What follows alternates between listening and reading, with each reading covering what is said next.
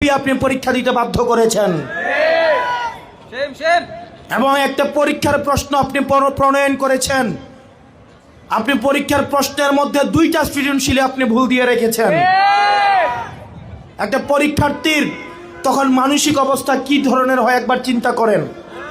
সে যখন দেখে প্রশ্নপত্রে ভুল, সে যখন নিজে চেষ্টা করে পরীক্ষায় উত্তর মিলানো, পরীক্ষা দিয়ে এসে হয়তো বুঝতে পারে প্রশ্নপত্রে ভুল, সে যখন উত্তর মিলাতে পারে না, তখন পরীক্ষার মধ্যে কি ধরনের মানসিক অবস্থা তৈরি হয় একবার চিন্তা করেন।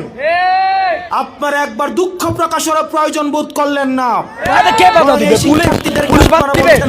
সালে বিজিবি, সেনাবাহিনী, র্যাব, পুলিশ কেউ পারে না স্নাইপার দিয়ে গুলি করে আমাদের থামাইতে পারে না। পুলিশ আমাদের লাঠি দিয়ে থামাইতে পারবো আপনারা মনে করেন?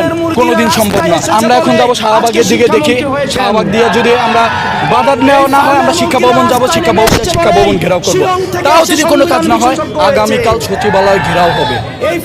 আগামীকাল সচিবালয় ঘেরাও হবে হবে হবে মাস।